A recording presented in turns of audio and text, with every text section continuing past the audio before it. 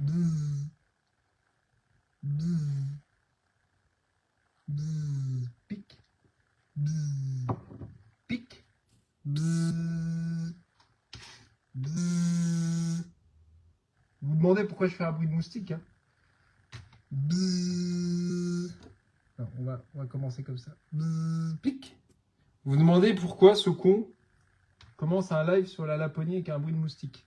Bzzz, pic. Bzzz. Parce qu'en fait, le bruit de moustique, je vais enlever les tours, en fait, on va préparer les hameçons. C'est ce que vous allez le plus entendre en Laponie. Et ouais, les gars, le meilleur souvenir que j'ai de la Laponie, c'est les moustiques. Non, c'était une introduction un peu réaliste pour vous dire qu'on va parler de la Laponie dans ce live. Donc, la Laponie, destination rêvée pour tous les moucheurs. Donc, si j'essaye de faire Géomagazine, c'est le parti nordique des pays comme... oh là là, leçon d'histoire géo, Stanislas. Partie nordique des pays comme la Suède, la Finlande et la Norvège et la Russie. Non, je sais pas. Bref, on est proche du cercle polaire. On est dans des territoires extrêmes qui sont remplis de poissons, de gibier, d'ours, d'animaux incroyables. Et c'est une destination de rêve pour les moucheurs, enfin pour tous les pêcheurs. Pourquoi? Parce qu'en fait, il y a une abondance de vie dans ces territoires que l'humain n'a pas salopé. Bonjour, monsieur Nico Alibert. Donc, ce qui fait rêver, en fait, dans la Laponie, donc on va dire, le grand classique, c'est quand même la Laponie suédoise, hein. Toute la partie nordique de la Suède qui est très allongée. Ce qui fait rêver, en fait, c'est des territoires intouchés qui sont accessibles par l'humain, enfin, pour la pêche, plutôt quelques mois dans l'année, puisque sinon... on le sait, c'est pris dans les glaces et dans la neige et dans le froid, ce qui fait peur à l'humain. Donc, une sauvagerie intacte qui vous amène des tonnes et des tonnes de poissons. Et moi, de tout ce que j'ai parcouru dans ma vie, c'est en Laponie, je pense que j'ai scoré le plus de poissons. Je crois même que j'ai pris plus de poissons en Laponie qu'en Mongolie. Et pour dire, ceux qui connaissent, en Mongolie, ça pleut du poisson quand même. Donc, sur ce live, je vais vous faire mes souvenirs des 3 voyages que j'ai fait en Laponie. Un en 2011 avec une ex-copine que j'ai perdue là-haut à cause de la pêche. Je vous raconterai ça plus tard. Je suis sûrement pas le premier homme qui a perdu une femme à cause de la pêche. Désolé, petit café. Aujourd'hui, je suis en mode Amazonie, Rio Negro, Peacock Bass. Voilà. Chaque fois que je vois ce poisson, ça me fait penser à Christophe Douziec, si certains d'entre vous connaissent, que je rêverais d'avoir dans Parole de moucheur. Christophe Douziec, c'est un mec qui pêche en Amazonie en tongs, au milieu des piranhas. Voilà, il pêche des peacock bass. Donc voilà, toujours une belle petite tasse. Le café est petit, je ne vais pas vous embêter longtemps. Bonjour monsieur Olivier Ramora. Donc du coup, Laponie, 3 voyages. 2011 avec une ex-copine, il y a très longtemps. 2014 avec mon copain Nico. Meilleur voyage de ma vie, de loin, je vous le raconterai. Alors là, Laponie 2014, ça a battu tout ce que j'ai fait en pêche à la mouche. Haut la main, haut la main.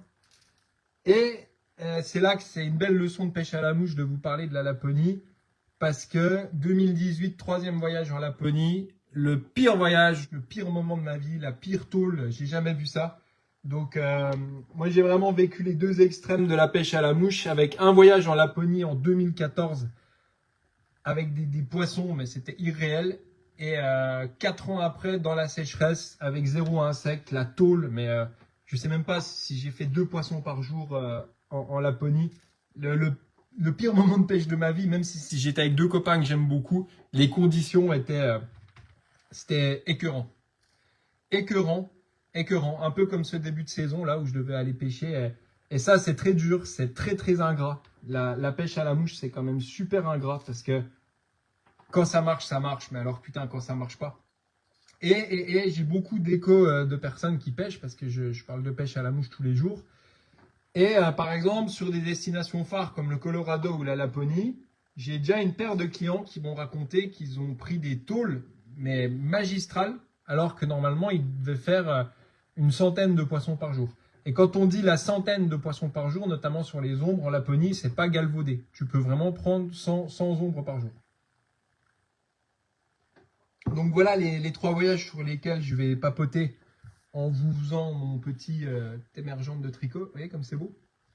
Alors, ça fait peur comme ça, mais en fait cet effet iridescent sur une toute petite bandelette de quelques millimètres, bah, on le voit très peu, mais il donne juste ce joli rebond et ce joli léger reflet qui change tout avec une mousse normale, quoi. Oui, mousse normale, il n'y aura vraiment pas de vie, rien, alors que ce tout petit effet iridescent, voilà. Donc j'ai vidé tous les stocks en Europe, si vous en cherchez. J'ai dû attendre 15 jours d'avoir la commande aux USA. Voilà, donc incroyable cette mousse. Voilà, donc je prépare déjà mes petits hameçons. 2, 4, 6, 8, 10, 12, 14.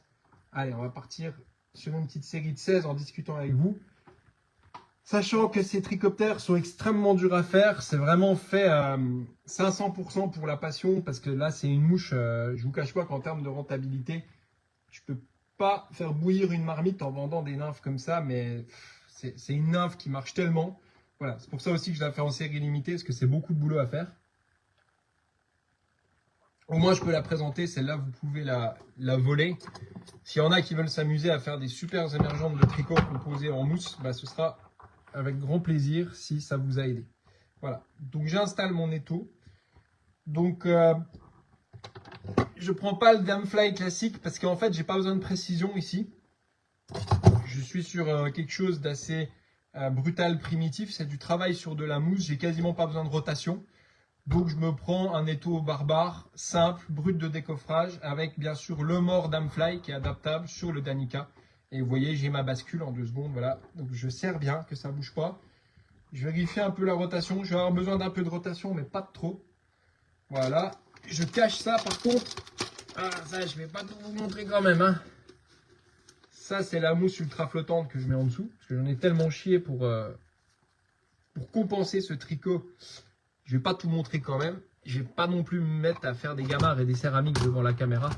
Il y a tellement de gens qui sont en manque d'inspiration que je vais pas non plus tout montrer. Mais en tout cas, je partage ce que je peux avec plaisir. Voilà. Alors, avant de commencer les 3 voyages sur la Laponie pour vous donner mon humble retour, bah déjà gorgée de café. Qu'est-ce qu'il faut savoir sur la Laponie? Destination, comment on y va, quelle météo il fait, qu'est-ce qu'on fait? Ah bah, je vais enlever l'étau parce que j'ai oublié de couper la mousse. Vous voyez, c'est dur hein, de... Ah là là, le Stan il travaille en parlant, il fait des bêtises. Hein. Faut être concentré, hein. C'est pour ça que j'étais un mauvais salarié. Moi. Alors, je vais couper mes petites lamelles de mousse. D'ailleurs, ça, il y a un peu de collant dessus. Alors, la Laponie. Déjà, pourquoi la Laponie et pourquoi pas la Suède centrale? Et pourquoi pas, tiens. Et pourquoi pas la Finlande centrale? Eh oui, c'est des pays énormes. C'est ce qu'un réactionnaire, il va te dire, non, mais la Laponie, mais moi, je suis un malin. Moi, je vais en Suède centrale, sur la rivière Vindelälven, ou je sais plus comment ça s'appelle. Voilà. Bah ouais, c'est sûr que c'est des pays super sauvages. Tu peux aller dans le centre de la Suède ou dans le centre de la Finlande, mais c'est toujours pareil. Moins un territoire il est pratiqué sur la planète Terre, plus il y aura de poissons. Donc en fait, la Suède centrale, c'est déjà 10 000 fois mieux qu'en France, c'est sûr. Mais au nord, comme les territoires sont limite pris dans les glaces pendant 6 mois, eh ben, tu auras beaucoup plus de poissons. Voilà pourquoi en fait on monte au nord. Alors attendez, je vais faire une bandelette test. Voilà, parce que là, il faut être très précis.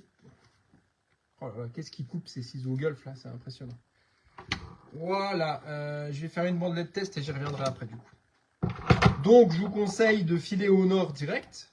Alors il y a des très belles pêches à faire, Suède centrale, Finlande centrale, Norvège. Mais du coup, au nord, c'est quand même là que c'est le plus sauvage, donc tu auras des stocks de poissons qui sont moins touchés. Voilà, c'est un peu pour l'histoire. L'été, les conditions de ce que je connais, je dirais que ça commence peut-être du 1er juin au 1er septembre. Voilà, vous m'arrêtez si je dis des conneries. Eh, salut Atio, oyez oyez de la Belgique. Ça va? Comment va la Vesdre? Comment va ce joli petit réservoir? Tu vides pas le réservoir là-haut, hein, parce qu'il y a des beaux poissons. Voilà, donc on était où? La Laponie, logistique, et des avions jusque Stockholm. Donc Stockholm-Arlanda, si je dis pas de conneries, l'aéroport qui est au nord de Stockholm. Et après, tu files vers le classique, c'est Kiruna, quoi. C'est ce que je vous dis, c'est des grands classiques. Voilà. Je vous ai monté les taux aujourd'hui, je partage, vous verrez tout. Voilà. Donc, tu montes en Laponie comme ça, tu vises Kiruna. Alors, c'est trop facile, hein, les pays nordiques, comparé à notre bonne France où on manque d'incivilité et on passe notre vie à se plaindre. Bah, dans les pays nordiques, tout est facile, quoi. C'est tout simple, tu commandes par Internet. Il y a une compagnie, je crois, qui s'appelle SAS. Tu prends un vol, un Paris, un Lyon, un Marseille, un ce que tu veux, jusqu'à Stockholm, Arlanda. Et de Arlanda, tu prends ton petit coucou pour aller jusqu'à Kiruna, des beaux petits avions tout propres. Enfin, les pays nordiques, je veux dire, c'est trop facile, quoi. Quand t'es français, tout le monde est logique, tout le monde est organisé, personne ne se plaint, ça marche tout seul. Donc voilà, je ne tarirai pas d'éloge sur l'organisation des pays nordiques. Ça coûte quand même un billet maintenant, post-Covid, de se faire ce genre de voyage. Ça a bien augmenté. Et voilà, tu prends ton coucou. Moi, je vous dis le classique que j'ai fait, c'est jusque Kiruna. Kiruna. C'est le grand classique de la Laponie. Et puis de là, s'offre à toi beaucoup d'options. Donc, soit c'est un séjour guidé complet où le guide il vous emmène en voiture, en 4x4, en hélicoptère. C'est difficile de parler en faisant ces nymphes parce qu'elles me demandent quand même pas mal de concentration. Mais ça, je commence à les maîtriser. Donc soit tu fais un full séjour guidé, voir les compagnies. Je ne connais pas parce que moi je fais toujours les voyages solo organisation, parce que j'aime beaucoup la découverte. Ah, c'est beau quand même. Bon, j'ai validé la bonne taille de bandelette du coup. Maintenant que j'ai validé ça, je vais être parti comme une machine. Donc, hélicoptère, 4x4, bus, en fait, il y a plein de possibilités. Et moi, je l'ai toujours fait donc en bus. Et le grand classique qu'on vise, donc c'est la rivière Kaitum et les chapelets de lac qu'il y a autour. Oh, machine à café, désolé. Donc, arrivé à Kiruna en avion et bus depuis. Donc, la fameuse base, en fait, où dont tout le monde parle, les randonnées, la pêche, la grande base nordique, la ville de base, c'est Nikkaluokta. Voilà, je vous le dis gentiment, je ne vais pas vous l'épeler, vous pourrez taper sur Google, vous trouverez. En fait, c'est un peu le dernier camp de base, Nikkaluokta, pour les hélicoptères, les randonneurs, les wanderers, les amateurs de nature, tout ce que vous voulez.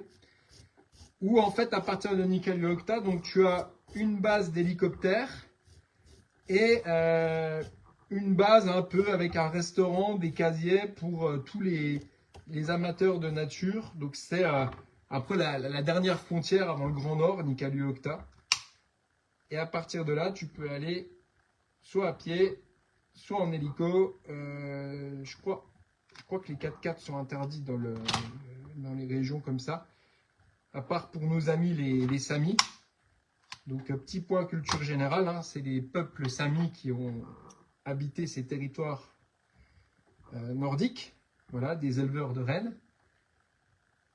Et voilà, donc Nikkaluokta, vous notez ça.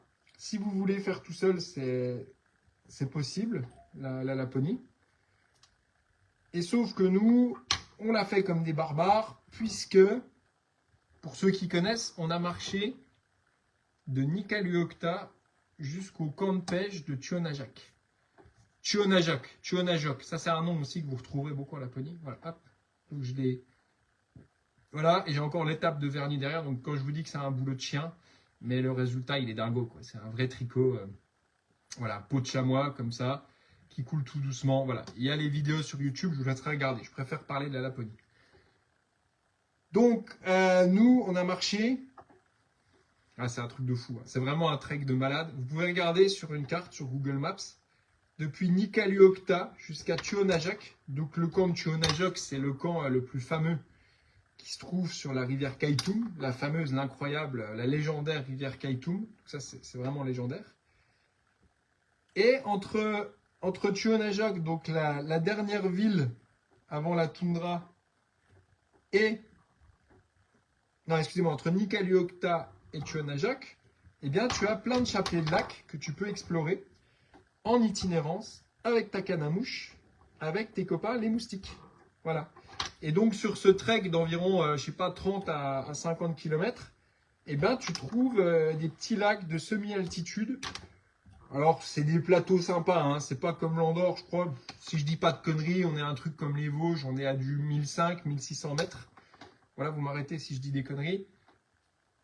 Et bon, c'est quand même assez costaud comme randonnée. Et il faut savoir qu'en fait, je ne devrais pas le dire, mais avec le permis de pêche que tu achètes donc à Kiruna, tu as le droit de pêcher au camp de Chuonajak. Donc ça, normalement, il ne faut pas le dire parce que le business des camps de pêche, c'est en fait de garantir l'exclusivité des permis de pêche. Mais tu as totalement le droit en fait de pêcher au camp de Chuonajak avec ton permis je crois que c'est le Norrbotten, c'est ça la région. Et donc tu achètes ton permis de pêche à Kiruna, voilà, à l'office du tourisme, donc c'est extrêmement simple. Et au miracle, comme aux USA, eh ben tu payes, je sais pas, tu payes peut-être 60 balles, mais quand tu vois ce que tu as à pêcher, tu as envie de pleurer. J'en sais rien, ça doit être genre un 10 000 km² à pêcher. Salut Steven, j'espère que ça pêche chez toi. Ici, tout est teinté. C'est la merde. Voilà, donc tu achètes ton permis de pêche à Kiruna et tu as une immensité à pêcher. Par contre, faut respecter en Suède. Je sais qu'en France, on aime bien faire à la one again. Tout le monde abuse un peu sur la loi en France, mais dans les pays nordiques, je veux dire, ils sont tellement droits, les gens. Donc c'est une bonne école de vie. Voilà, vous verrez de toute façon, les gens sont tellement sympas et tellement honnêtes que vous trichez pas, quoi. Prenez le permis de pêche. Et, du coup, tu as ton permis de pêche. Et donc tu prends un petit bus de Kiruna jusqu'à Nikaliokta. Et ce trail, il est incroyable, quoi. Enfin, la randonnée de Nikaliokta jusqu'à Chuonajok, vous pouvez vous figurer ça sur une carte Google Maps. C'est assez hallucinant. Moi, je l'ai fait 3 fois, la randonnée là. Alors, j'ai pas forcément une condition physique de dingue, mais du moment qu'il y a de la pêche dans l'affaire, si vous voulez, moi, je peux être déterré, quoi. Donc, Steven, ça roule près de chez toi. Ouais, ça roule, mais les rivières sont teintées, quoi. Donc, on attend l'eau claire. Donc, pour faire ce trek de Nikaliokta jusqu'à Chuonajok, bah, si vous avez le feu sacré du moucheur, ça ira, quoi. Si vous êtes vraiment en mauvaise santé, ça peut être violent quand même, parce que ça fait une sacrée randonnée. Mais tu marches 1 ou 2 heures, tu pêches un lac. Attendez, il ne faut pas que je parle quand je fais ça. Voilà. Tu marches 1 ou 2 heures, tu pêches un lac. C'est quand même assez physique, hein. Moi, je crois qu'en 18 jours, j'avais perdu 3-4 kilos. Mais tu croises des lacs. Enfin, c'est de la folie, puisqu'en fait, sur cette randonnée, donc je répète, entre Nikaliokta et Chuonajok, tu as comme ligne de mire la rivière Kaitoum, dont on va parler après sur le chemin. Et entre-temps, donc, tu croises des lacs d'altitude avec des Arctic Chars. Donc, c'est quand même le top, parce que tu as un mix donc de... Ouais, il y a des farios dans les lacs. J'allais dire une connerie, mais oui, il y a des trucs farios dans les lacs. C'est principalement dans ces petits lacs d'altitude, donc des Arctic Chars, des ombles chevaliers, si je dis pas de conneries, avec un mix de farios, mais principalement dans les lacs, ce sera des Arctic Chars, avec des farios. Et Kaitoum, c'est le royaume des ombres, mais pas que. La rivière Kaitoum, il y a des farios énormes. Il y a des farios énormes sur la Kaitoum. Plus des saumons en bonus, plus des brochets. Voilà. Donc, il y a du fish, il y a de quoi pêcher. Et donc, nous, sur cette randonnée, eh ben, tu plantes la tente près d'un lac où tu vois des gobages d'Arctic Char. Et c'est là qu'il faut que je rentre dans le détail de la pêche au streamer sur les gobages. Voilà. Donc déjà, je vais vous parler de ça parce que c'est important. Donc quand tu fais ces randonnées itinérantes, et ça peut être pareil en Andorre, ça peut être pareil en Écosse, ça peut être pareil en Irlande, ça peut être pareil dans les Colorado Top Flats, ça peut être pareil en Colombie-Britannique, ça peut être pareil au Québec. J'essaye de visionner, ça peut être pareil en Islande. Ça, c'est une méthode qui va marcher dans tous les endroits où il y a des chapelets de lacs que tu pêches de manière itinérante, puisqu'en fait, donc tu verras les poissons gobés, comme il y a des insectes, mais par souci de rentabilité pour prendre plus de poissons, tu vas déclencher ces poissons sauvages au streamer, puisque en fait tu peux très bien les pêcher en sèche si tu veux. Mais il y a tellement de poissons que quand tu vois ton gobage, il t'a servi à localiser en fait les poissons. Merde, je me suis raté là. Ton gobage te sert à localiser où sont les poissons, et après au streamer léger, tu ratisses, et du coup tu rentres plus de poissons. Donc c'est une approche, une fois de plus, en mode infévolution avec beaucoup de retours sur investissement. Donc désolé pour les puristes, mais c'est vrai que dans des endroits comme la Laponie, bah, ça te ramasse un max de poissons. C'est-à-dire, parce que le seul problème, c'est de localiser les poissons, quoi. Et une fois que les a localisés, bah, comme on dit, c'est champagne, quoi. C'est un truc de fou. Et donc, j'ai personnellement mes meilleurs souvenirs de pêche de toute ma vie entière dans ces lacs d'altitude en Laponie, où en fait, tu vois au loin un gobage qui perce. Ah, salut Rick! J'espère que ça pêche chez toi, ici c'est encore teinté. Et donc des souvenirs de dingue, où en fait tu vois un museau, un lac d'huile. Quand il n'y a pas de vent, c'est fantastique. Tu vois lac d'huile, tu es au milieu de nulle part, avec un museau qui perce, et tu vois le bec de l'Arctic Char en fait, au loin, en contre-jour, qui sort à 20 mètres de toi, et il est en train de gober des moustiques dans un lac d'huile. Et ça, c'est des souvenirs, enfin je m'en souviendrai toute ma vie. Et du coup, tu balances ton stream léger. Donc c'est là qu'il faut quand même des streams légers, mais bon, si tu lances une cuillère ou je sais pas quoi, il ira aussi. Et tu balances ton stream léger, tu le balances à 5-10 mètres du gobage, hein, et tu ramènes. Putain, mais tu te prends des cartouches avec des Arctic Char. Allez, je vais essayer de pas mentir, ça varie entre... Et ça, c'est des souvenirs impérissables. C'est quasiment étonnamment les plus beaux souvenirs de ma vie. Alors j'arrête de monter de la mouche pour vous raconter parce que c'est tellement incroyable. Donc tu as ton lac d'huile, tu as marché pendant 2 jours, tu es dans un petit chapelet de lac avec des éboulis en granit. Sur les hauteurs du lac, des fois tu vois un troupeau d'élands qui passe avec le soleil couchant. Et quand le vent se calme, en fait, tu vois tous les gobages avec les becs des Arctic Char qui percent.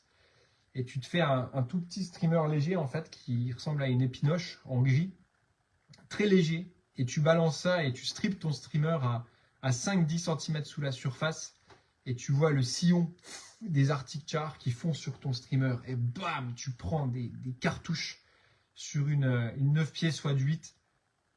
Pour moi, c'est les meilleurs souvenirs de pêche de ma vie. Étonnamment, je préfère la pêche à vue en rivière calcaire, mais ces souvenirs de pays nordiques, c'est tellement beau un Arctic Char, c'est tellement incroyable comme poisson. Quand tu es fan de salmonidés, quand tu vois un Arctic Char de 50-55 cm comme ça dans ton épuisette avec les flancs rouges flamboyants, le dos olive avec des nageoires comme des faucilles comme ça, parfait, immaculé. C'est des poissons, ils sont sortis de l'œuf. Waouh, quand tu es passionné de pêche à la mouche et de nature sauvage, je peux te dire que tu prends une sacrée claque. Moi, j'ai des souvenirs franchement impérissables de ces pêches d'Arctic Char au streamer sur gobage. Donc voilà, vous pouvez aussi très bien les pêcher en sèche, hein, y a pas de problème. Donc en général, c'est du sedge, du moucheron, du bibiomarcy. Mais comme d'habitude, bah, ils seront chiants en sèche, quoi. Parce que c'est pas parce qu'ils sont sauvages qu'ils sont faciles aussi et qu'ils gobent n'importe quoi. Parce que les poissons, quand ils ont le choix en sèche, et on le voit notamment en ce moment avec les mouches de mai, et ben quand ils ont beaucoup de bouffe disponible, bah, c'est comme nous, quand tu as un gros menu au restaurant, bah, tu choisis. Et comme les grosses truites fario chez nous, elles vont choisir de bouffer que les émergentes de mouches de mai et te rendre dingue, et ben en Laponie, j'ai vu aussi des copains se péter les dents en sèche parce que Parce qu'ils gobaient des moucherons en Taïwan, quoi, simplement, quoi. Il y a des Bibiomarcy, des Sedge, plein de choses. Et en fait, eux, ils ont décidé de se gober des moucherons en Taïwan. Très compliqué en sèche, donc tu peux vraiment trouver la chose et faire de la belle sèche. Mais vraiment, le petit streamer léger pour la Laponie, laisse tomber, c'est un massacre, quoi. C'est un massacre. Et d'ailleurs, je ressortirai pas mal de streamers les automnes. Parce que c'est vrai que les petits streamers discrets, légers, c'est un must à avoir dans sa gamme de mouches et pas qu'en Laponie. Mais malheureusement, pour moi, ça me demande tellement de travail, les streamers, que j'ai du mal à les mettre en routine. Je peux produire des nymphes en routine, mais le travail du marabout, parce que moi, je vois pas de streamer sans marabout, ça demande beaucoup, beaucoup, beaucoup de travail. Donc, je ressortirai des streamers cet automne. Attendez, je me concentre. Je me concentre parce que faut pas louper la tête de ton tricot. Parce qu'il faut pas qu'il soit trop moche non plus. Parce qu'après, si tu fais une sale tête, ton vernis il va être niqué en fait. Donc si ta tête est mal faite, ton vernis sera mal fait. Et surtout, il faut lui faire des jambes bien longues qui vont s'aligner sur le corps. Voilà.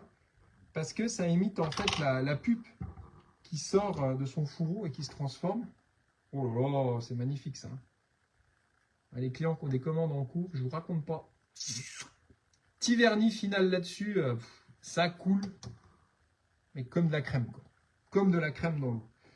C'est vrai que c'est quand même un régal à monter. J'avoue que je prends pas mal de plaisir. Mais vous voyez que j'ai du mal à parler parce que c'est une nymphe que je ne maîtrise pas depuis 10 ans. Ça fait 1 ou 2 ans que je maîtrise cette nymphe. Donc j'ai aussi du mal à blablater avec. Alors, sur les techniques, on a parlé du streamer sur gobage. Et tu as aussi de la pêche à vue possible dans ces lacs. Alors là, c'est pareil, c'est stratosphérique. Vous voyez, là, je suis en train de penser à des souvenirs, donc des embouchures de rivières ou des sorties de rivières dans les lacs. Alors, quand vous trouvez une embouchure ou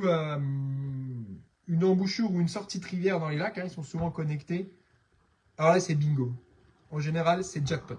Que ce soit en Islande, en Laponie, où vous voulez, dans les systèmes de chapelet lacustre, si vous trouvez une arrivée d'eau ou une sortie d'eau, en fait, c'est source de bouffe pour les poissons. Donc, de toute façon, vous le verrez tout de suite. Et je me souviens, qu'est-ce que c'était magnifique.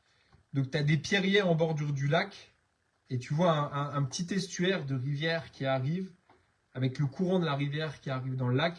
Et là, tu as un banc avec une douzaine d'arctic chars qui sont attablés. Mais c'est la pisciculture sauvage, quoi. C'est un truc de fou. Donc, tu as l'arrivée de la rivière qui amène des larves en continu.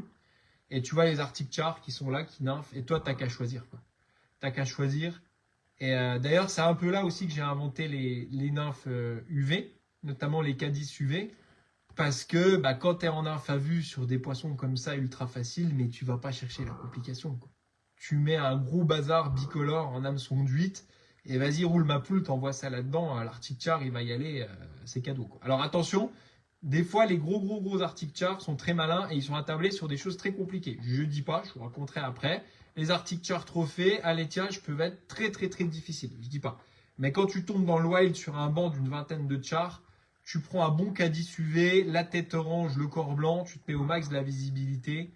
Et putain, tu bananes ça en infra vue, mais tu les vois, mais. Autant en France, les truites, elles font plus trop d'écart pour venir chercher les nymphes. Mais là, moi, j'ai témoigné des Arctic Chars se décaler de 3 mètres, quoi. L'autre, il voit la nymphe, il fait 3 mètres. Putain, tu pognes du poisson, c'est indécent. Quand tu tombes sur ces embouchures de lac, moi, j'ai des souvenirs de carton incroyables en nymphe à vue. Donc, vous voyez, on dessine déjà une boîte à mouches pour aller en Laponie. Donc, je vous parlerai pas des sèches, parce que je suis pas bon là-dedans, mais je peux vous quand même donner quelques bases de sèches pour la Laponie. Vous vous emmerdez pas, quoi. Vous faites du gros sedge qui flotte, du sedge godard, du pompon, des machins en chevreuil. Voilà, vous faites du gros, du visible. Sachant que le parachute, le Klinkhammer en français, a vraiment été inventé pour la Laponie, hein, avec une grosse flottaison. Donc le parachute, c'est un peu la mouche de base sur la Kaitoum, parce qu'il a une grosse flottaison, le parachute, avec des hacks de coque tournés qui soutiennent, donc des gros parachutes. Vous pouvez faire des gros parachutes en taille, je sais rien, 10, 12, 8, 6. Et puis voilà, du flottant, quoi, en sèche. Par contre, pour la nymphe et pour le streamer, bah, en nymphe, comme d'habitude, quoi, je veux dire, du visible et du bourrin. Donc en fait, une gamme d'orange spot. Voilà, des grosses orange spot. Moi, j'ai beaucoup pêché à vue avec mes orange spot en taille PO3. Voilà, bille de 3 tungstène, c'est bien. Sachant que sur des poissons ultra sauvages, en nymphe à vue, tu pêches gros, quoi. C'est moi, dans les lacs, en pêche à vue. Alors, moi, je suis déjà réputé pour pêcher avec du gros nylon en France. Mais alors, dans le sauvage, laisse tomber. Ouais, je pêchais en 20 centièmes, je crois.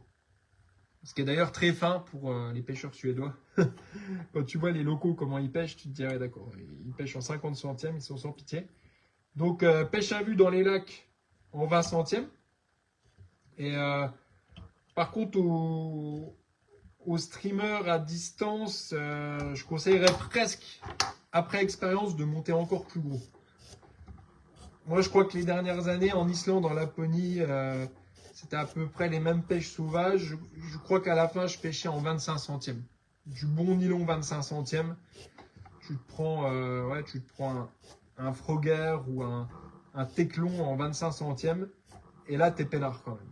Parce que je me suis déjà vu me faire exploser la gueule au ferrage, au streamer, en 20 centièmes.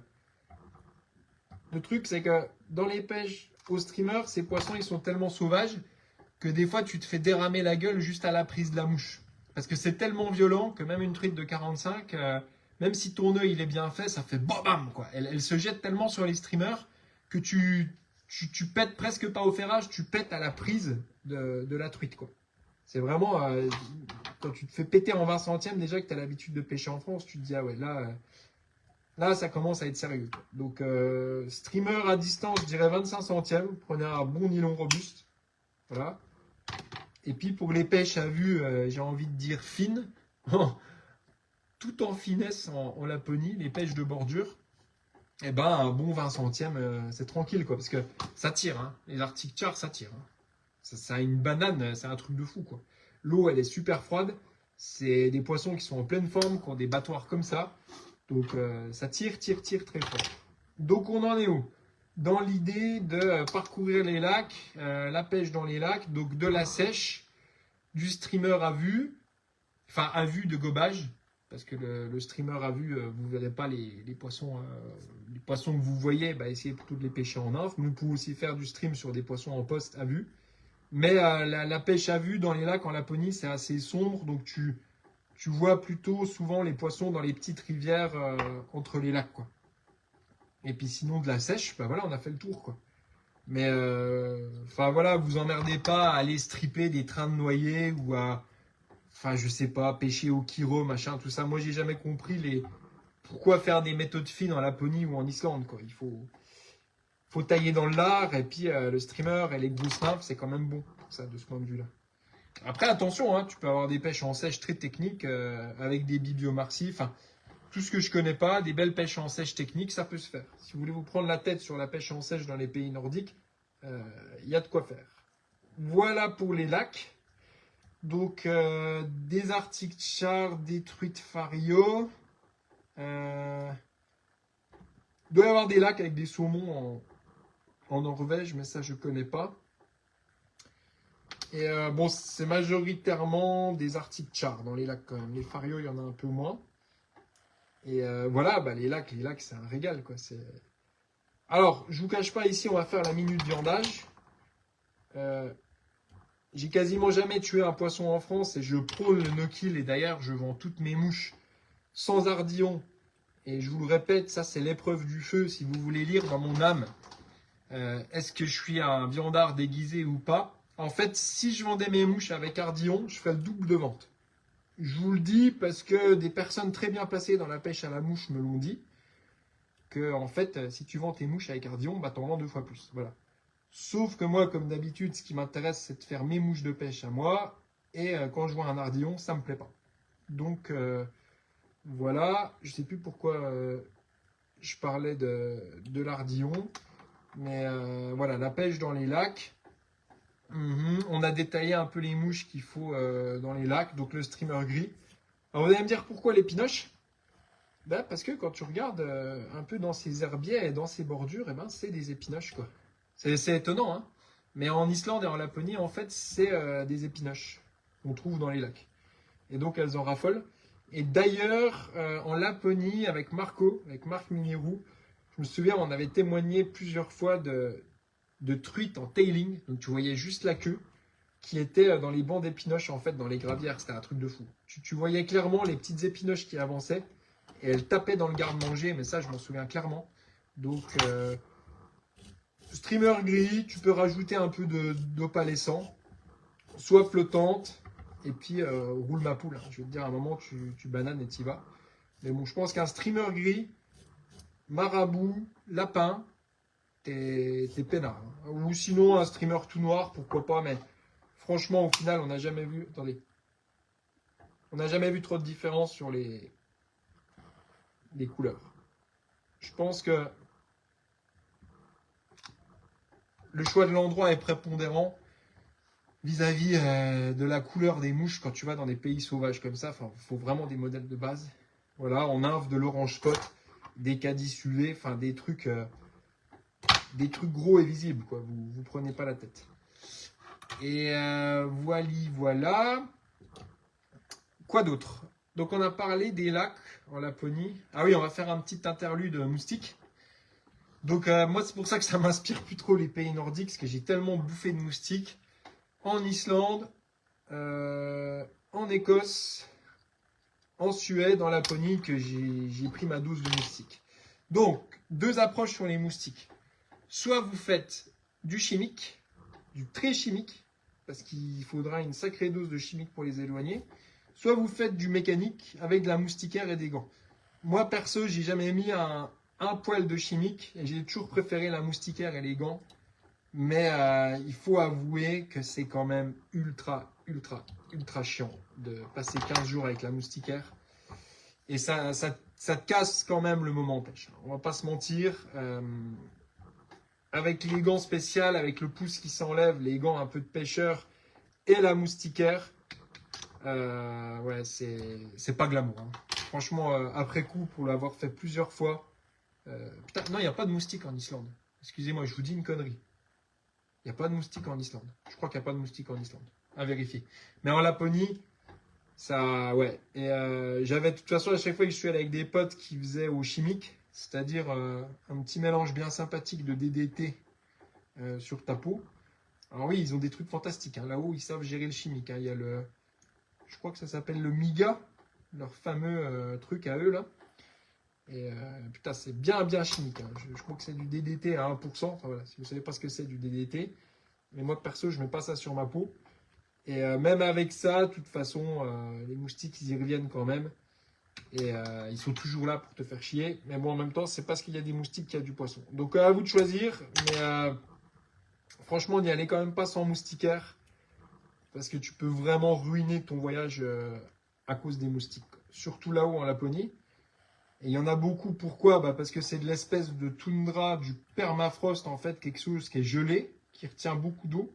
C'est des sols qui retiennent beaucoup d'eau et qui dégèlent simplement au printemps. Donc ça fait une espèce de bouillie dans la végétation qui est très très bonne en fait pour les larves de chironomes, quoi, les moustiques. C'est pour ça qu'il y en a à profusion, mais c'est aussi pour ça qu'il y a beaucoup de poissons. Donc choisissez ce que vous voulez, chimique ou moustiquaire, mais franchement je vous conseille franchement d'emmener une moustiquaire parce que des fois il y en a tellement que le chimique marche pas et ça peut rendre dingue, quoi. Ça te rend fou, quoi. Ça te rend fou tellement il te pique, tellement ça rend dingue, t'en as entre les jambes, t'en as sur les bras, spécialement ici. Moi je me souviens classique, même avec les gants, quand t'avais les gants à la jonction ici, enfin, ouais, faut vraiment être équipé, donc pensez bien moustique, pensez aussi pluie et humidité, mais il peut quand même faire assez chaud, d'autant plus avec notre fameux réchauffement climatique. On a eu des super journées quand même où tu étais en t-shirt. Mais bon, tu quasiment jamais en t-shirt, qu'avec les manches longues, les moustiques te tuent. Mais voilà, pensez moustiques, pensez manches longues, pensez pas trop de chair à l'air. Et du coup, c'est un peu chiant parce que t'as que des bivouacs de merde, quoi. Quand t'es en itinérance, t'es tout le temps en train de te battre contre les moustiques. Et les seuls bons moments, c'est dans ta tente. Attendez. Parce que si je parle, ça fait du vent et je nique ma tête. Voilà. Et encore un beau tricot qui va prendre des grosses truites. Donc en fait, les seuls bons moments, à l'inverse, je sais pas, d'un lac de montagne en Suisse, des bordures de la Sorgue ou d'une gravière sur la Dordogne où tu peux te poser le soir avec une bière en fumant une clope, un café et discuter pendant des heures sans aucun moustique. Et ben là-haut, les moustiques, ils te ruinent la vie. Mais ils te ruinent le voyage. Enfin franchement, tout le monde en a des souvenirs aigus. Mais le prix à payer, c'est qu'il y a aussi beaucoup de poissons, quoi. Donc c'est vraiment le truc à accepter parce que beaucoup de moustiques, mais beaucoup de poissons. Donc équipez-vous pour les moustiques. Alors, je vous ai parlé de quoi? De la pêche en lac. Alors ouais, interlude là-dessus, il faut que je vous parle de quelqu'un qui est exceptionnel. Et je lui ai demandé de venir dans Parole de moucheur, mais il est tellement modeste, tellement passionné de nature qu'il n'a pas envie de venir dans Parole de moucheur. Et je vous avoue qu'en fait, mes préférés, c'est ceux qui refusent Parole de moucheur. J'en ai un ou deux, notamment un Richard et un Olivier dont je vais vous parler là, que je rêverais d'avoir dans Parole de moucheur. Mais tellement ils s'en foutent de leur image sociale et ils sont tellement passionnés par la pêche qu'ils sont vraiment modestes et ça fait rêver. Donc par contre, je vais vous parler d'Olivier. Alors c'est simple, vous irez sur internet et je vous conseille vraiment d'aller voir ça. Donc Olive Goblog, c'est un mec qui s'appelle Olivier. Je ne vais pas trop en dire sur lui parce qu'il aime bien être discret et il a raison. Olive Goblog, tapez ça dans Google. Et à l'époque, il était actif, il a fait des voyages en Nouvelle-Zélande, en Laponie, au Pérou, aux USA. Et toujours des voyages avec sa bip et son couteau, comme on dit.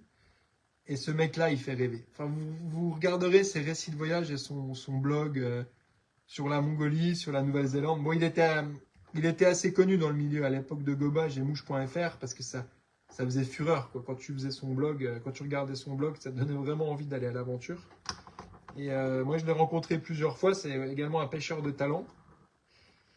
Et du coup, ce fou-là, pour accéder à des endroits impêchés en Laponie, eh ben, il emmenait un bateau gonflable. Et il descendait la Kaitoum. Et on va parler de Kaitoum après. Et ce con, il s'est pété la jambe sur la Kaitoum, tout seul, au milieu de nulle part. Et il a dû se faire ramener en hélicoptère, par un hélicoptère qui passait. Et je me souviens, la seule chose qu'il m'a raconté, donc il s'était pété la jambe, il était au bout de sa vie. Mais la seule chose qui l'intéressait, c'est que en hélicoptère, il avait vu gober dans des lacs. Et il voulait retourner dans ces lacs incroyables. Voilà. Donc le mec, il descend la Kaitoum sur une coquille de noix. De toute façon, vous le verrez dans son blog, là, ces espèces de radeaux. Donc lui, c'est vraiment un aventurier. Et il se pète la jambe et tout ce qui retient dans l'affaire, c'est qu'il a survolé en hélicoptère des lacs qui gobaient. Enfin, voilà. Donc Olive Goblog, allez voir. Ces images parleront 10 000 fois mieux que mon blabla. Alors pour info, lui, il a été une douzaine de fois en Laponie. Et sur les 12 fois, il y a 2 fois, il m'a dit où c'était catastrophique. Donc, attention. Si vous allez en Laponie, attention. Dans la plupart des cas, c'est gagné. Mais s'il y a des crues, qu'il y a trop d'eau ou qu'il y a une sécheresse, eh ben, c'est comme partout les conditions de pêche. Et là, je discutais encore hier avec un client qui a été sur la Sarca en Italie, qui est très connu, qui a pris une tôle magistrale avec pas de poisson dehors. Et pourtant, le bassin versant de la Sarca, il y a plein d'affluents, c'est très très bon en Italie. Mais quand c'est pas dehors, c'est pas dehors. Et ça, malheureusement, on s'accordera tous à le dire. Très très compliqué. C'est pour ça que moi, je ferai jamais le métier d'agence de voyage de pêche. Parce que putain, quand c'est pas dehors, tes clients sont pas contents. Et c'est pas la faute du guide de pêche. C'est très très ingrat. Parce que tu as beau proposer le meilleur voyage de pêche du monde, quand les poissons ne sont pas dehors, ils ne sont pas dehors. Et c'est pour ça qu'on entend beaucoup de sons de cloche différents sur Piam, Monsieur Jean-Pierre Guimau, une de mes idoles. Parce que y en a qui vont en Mongolie et qui prennent 5 taimen parce que c'est en place, les poissons ils sont là. Il y en a qui vont en Mongolie avec Piam et qui prennent une tôle pendant 15 jours et qui en veulent à l'organisateur du voyage. Mais en même temps, c'est très complexe, quoi. C'est très complexe parce que tu es dépendant de la nature. Voilà. Donc, ne l'oubliez jamais. Surtout ce printemps-là est infâme avec encore des orages qui ont teinté l'eau et des températures qui décollent pas. Donc, les conditions. Donc, la pêche à la mouche, c'est vraiment un loisir ingrat. Et parfois, on est béni des dieux et ça cartonne. Donc, ne pas l'oublier. Parce que voilà, moi j'ai connu ça en Laponie, les 2 styles de voyage. Donc maintenant, on va parler de l'incroyable rivière Kaitoum. Alors, moi, mon rêve à la base, c'était la Kaitoum. J'ai vu comme tout le monde des articles sur la Kaitoum. Salut Baptiste Balou. Et la Kaitoum, ça fait rêver, quand tu vois le cadre, cette immense rivière. Donc, pour vous situer en taille, la Kaitoum, vous prenez une basse rivière d'Ain sur, je sais pas, Chazébon ou Varambon ou une Dordogne sur Beaulieu, et presque vous doublez la taille en fait. Donc ça calme. Je veux dire, ça calme son bonhomme quand tu vois la Kaitoum, que tu arrives là-bas. Et ce qui te choque le plus sur la Kaitoum, c'est le gobage en continu des ombres, quoi. Putain, mais ça gobe. Mais c'est hallucinant. De toute façon, on était arrivé, on était à 50 mètres de la rivière, on voyait déjà les gobages au loin. Donc mon pote Nico, qui est féru de pêche en sèche, il était en position latérale de sécurité. Je me souviens, il a couru jusqu'à la rivière. Si vous êtes fan de pêche en sèche, la Kaitoum, c'est franchement à faire, quoi. Donc rivière Kaitoum, hein, c'est un grand classique. K-A-I-T-U-M, Kaitoum. Et c'est opéré sur le camp de Tuonajak. Tuonajak. Ah ouais, la Laponie, Baptiste. Ouais. Tu as déjà fait la Laponie, Baptiste? Et donc le camp de Tuonajak, le plus fameux, vous cherchez ça sur Google.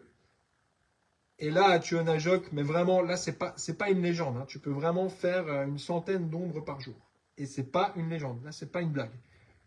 En Autriche aussi, tu peux faire beaucoup d'ombres, mais sur Tuonajok, tu peux vraiment faire ta centaine d'ombres par jour. Et je vais vous dire ce qu'il arrive à tout le monde là-haut, et c'est normal. À un moment, tu t'ennuies. Parce que quand on a pris... je vais dire 50, 60 par jour, en infophile, en sèche, à ce que tu veux, bah à un moment, tu t'ennuies et tu cherches tes grosses truites. Voilà. Et tu te rends compte à un moment, en fait, que tu te gaves au début, parce qu'en bon français frustré de la pêche dans ton pays, bah, tu te gaves comme un cochon, et puis tu prends beaucoup de poissons à toutes les méthodes, hein, en sèche, en infophile. Alors, une fois de plus, malheureusement, c'est vrai, mais il y a une primeur à la nymphophile, puisque tu n'attends pas les gobages, tu vas plus vite que la musique en proposant des nymphes dans les courants, mais c'est une dérive, un poisson. Mais allez, j'exagère, 3 dérives, un poisson. Un truc de fou, quoi. Moi, je pêchais même assis sur des cailloux. Moi, je me levais le matin, je me mettais assis sur un caillou avec mon café, et avec la 11 pieds, tu trouves un caillou, une dérive, et tu pêches. Mais honnêtement, vous verrez, au bout de 2 jours, tu vas t'ennuyer.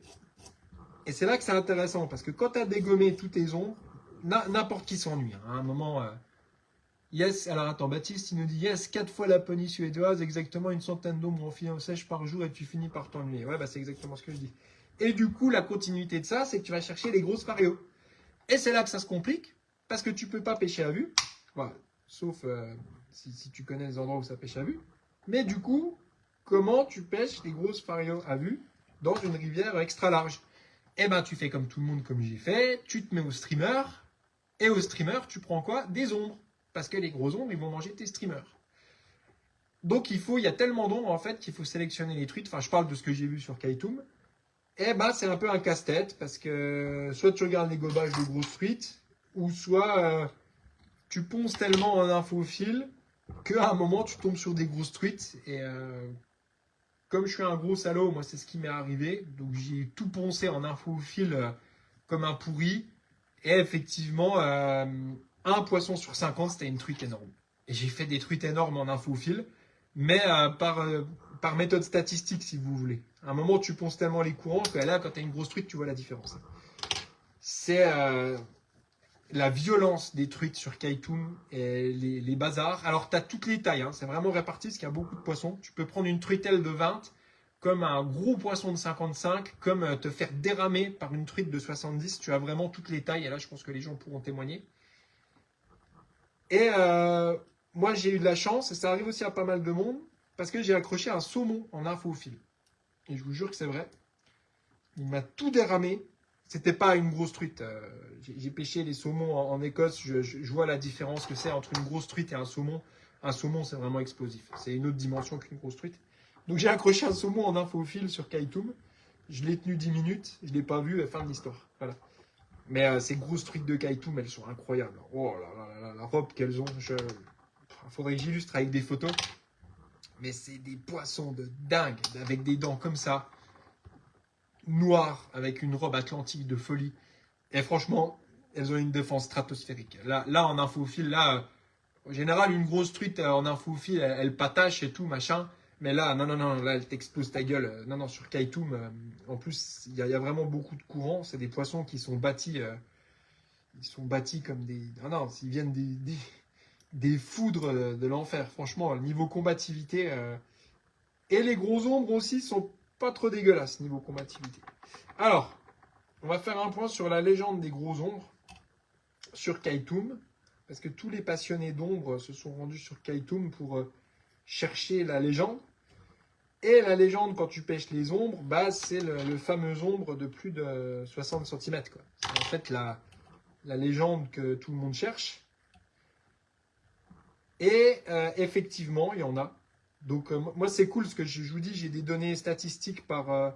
je suis allé 3 fois au camp de Chionajok, donc j'ai pu discuter, voir avec les gens. J'ai beaucoup de clients qui y sont allés, je connais des guides de pêche, donc oui, si vous voulez la réponse, oui, il y a des ombres de plus de 60 cm là-haut. Mais je vais essayer d'être honnête. Bonjour monsieur Rivoire. Je vais essayer d'être honnête et je vous dis que la taille moyenne, et vous me contredirez dans les commentaires, la taille moyenne sur Chionajok, c'est, je dirais, 37 cm d'un ombre. Je vais vraiment être honnête. Et c'est déjà vraiment énorme. Hein. Je parle en taille moyenne. Hein. C'est-à-dire que tu vas prendre des sifflets qui font 20 cm, comme tu peux accrocher un babar de 55 cm. Et les ombres de plus de 50, je vais essayer d'être honnête aussi, sont assez courants sur Kaitum. Voilà.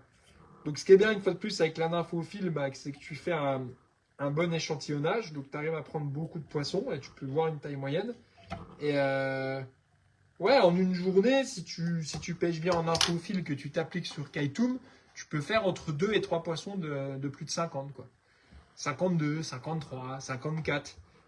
Mais, et là je vais vous donner mon point de vue personnel.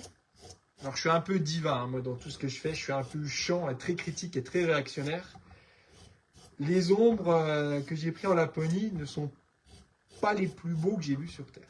C'est des poissons qui n'ont pas de style, pas de motif, pas de points, qui sont sombres. Alors ils sont parfaits en termes de conformation. Mais franchement, entre un ombre de la Sorgue, un ombre de la Loue, un ombre de la Moracha au Monténégro, un ombre de la Ribnik, un ombre de la Kupa en Croatie, un ombre du Rognon en Haute-Marne, un ombre de la Haute-Seine.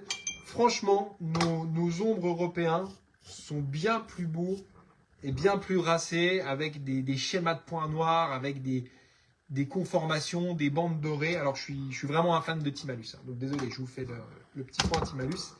Et en Laponie, tu prends des ombres énormes, mais pour moi, ils sont pas beaux. Ils sont pas beaux, ils ont pas de style, quoi. Ils sont simples, ils sont bruts. Alors ils ont des dorsales énormes, mais encore, c'est pas les plus belles dorsales d'ombre que j'ai vues. Hein. Moi, je trouve par exemple les plus beaux ombres pour moi. Non, d'ailleurs, faudra que je vais faire un live sur les ombres. Un jour, je vais arrêter parce que tiens, ça sera intéressant de faire un live sur les ombres. Pour moi, les plus beaux ombres que j'ai vus de ma vie, c'est ceux de la Haute-Seine. Voilà, les ombres de Vic-sur-Seine et ceux de la Loue. Ceux de Vic-sur-Seine et ceux de la Loue sont les plus beaux ombres que j'ai jamais vus. Et je suis un peu chauvin, mais je pense que les plus beaux ombres que j'ai vus, les plus beaux, hein, pas les plus gros, c'est vraiment en France. C'est vraiment dans le nord-est de la France. Donc désolé, je prêche pour ma paroisse. Mais sur la Haute-Seine, putain, mais t'as des ombres. Et sur la Loue, ils ont des schémas de points, c'est incroyable, quoi. Tu croirais des Dalmatiens. Ils ont une bande dorée énorme. Ils ont des reflets bleu turquoise en fonction de la robe. Enfin, voilà, je suis chauvin pour le coup, mais les plus beaux ombres que j'ai vus, c'est quand même sur nos régions, nord-est de la France, donc Cocorico. Et en Laponie, tu prendras des gros machins, mais bon, ils sont simples, quoi. Ils sont pas de points, vraiment des couleurs ternes. Donc désolé, je suis un peu méchant. Par contre, ouais, ils ont des dorsales de malade, quoi. Quand tu les vois dans les courants qui dressent la dorsale. Donc ouais, si t'es fan d'ombre, destination à faire, la Laponie suédoise, c'est sûr. En sèche, en nymphe, tu vas te régaler. Et en infophile, enfin désolé du mot, mais oui, c'est pornographique, quoi.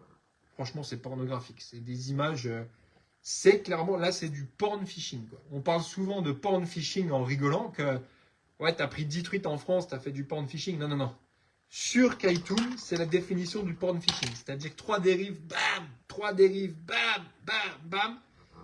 Et pour ce qui est des mouches, des nymphes sur Kaytoum, les streamers, je connais pas trop parce que le streamer à stripper en rivière, c'est compliqué. Ça doit être des gros trucs en lapin, lestés, avec des cônes tungstène. Je pourrais pas vous dire sur ce qu'est le streamer à brochet ou à truite sur Kaytoum. Par contre, les nymphes, moi personnellement, bah, j'ai fait comme dans tous les pays sauvages. Enfin, je veux dire, une bonne pheasant-tail orange spot. Et surtout, ah, j'ai cassé ma mousse, vous voyez. Donc pas bien. Hop. Et quand j'ai cassé, tout de suite, on enlève tout et on recommence. Donc pour ce qui est des nymphes pour Kaytoum, donc moi je l'ai beaucoup pêché en nymphes et j'ai fait beaucoup de sélections pour beaucoup de clients qui sont allés sur Kaytoum. Donc il faut des nymphes robustes et solides. C'est simple. Et visibles aussi, je dirais. Donc tu t'emmerdes pas avec le modèle. Enfin, moi perso, je n'ai pas vu de différence sur les modèles. Tu fais une bonne dérive, tu trouves le bon endroit. Et donc, grosse pheasant tail bi-orange, bah, le classique de Nerf Evolution, une PO3. Hop là, en hameçon de 14, c'est bien. Hameçon moyen fort de fer, ça tient. Et puis des grosses céramiques en pointe, CO2, CO3. Salut Julien. Donc, bah, toujours la même méthode Nerf Evolution qui démonte du poisson depuis 10 ans partout sur Terre. Une grosse céramique en pointe et une pheasant tail en sauteuse.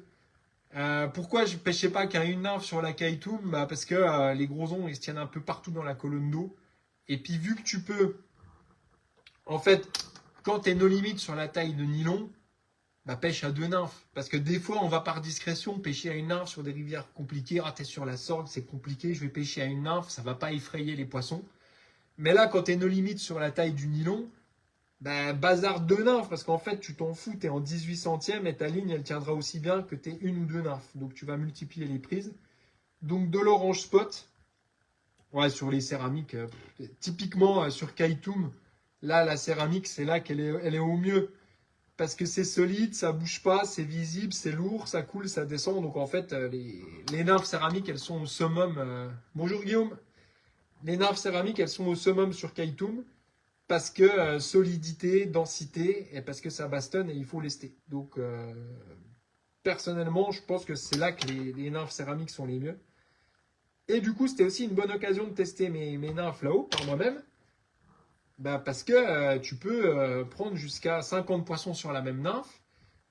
Et du coup, c'est de là qu'est venue l'idée de faire une garantie sur mes mouches. Parce que j'ai vu que les céramiques étaient tellement solides avec le vernis que je me suis dit, bah écoute, je vais les garantir 2 ans pour mes clients, parce que quand tu prends 50 poissons avec la même nymphe, à un moment, le test en live, il te dit que la solidité, si tu veux, elle est là, quoi. Donc, ça m'a beaucoup aidé la Laponie, ouais, à démonter du poisson et à valider la solidité de mes nymphes. Attendez, parce que faut que je fasse des bons enroulements. Voilà, que ce soit un beau tricot sorti de son fourreau. Chaque fois que je vais au bord de l'eau, je les regarde dans les fourreaux, les tricots, pour faire bien les bons anneaux, que ce soit la même taille.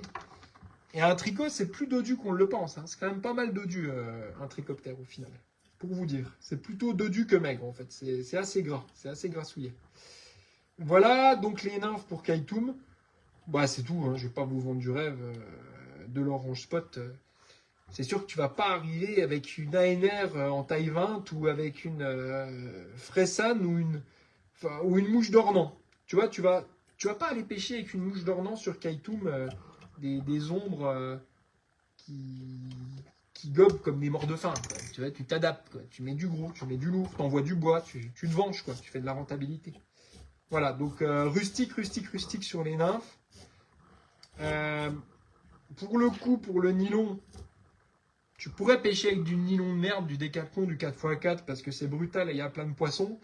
Mais sur ces rivières en fait granitiques avec beaucoup de cailloux, bah, tu as quand même un travail du nylon. C'est pas des rivières à herbier, donc ça frotte, quoi. C'est abrasif comme rivière, donc toujours pareil. Un bon Trout Hunter, un bon Rio, un bon Téclon, un bon Frogger en 18 centièmes en infophile sur Kaitoum, tu seras bien. Après, pourquoi ne pas monter en 25 centièmes, attendez. Vous allez me dire, ouais, mais de toute façon, les poissons, ils sont cons comme des valises, donc pêche un infophile en 25 centièmes sur Kaitoum.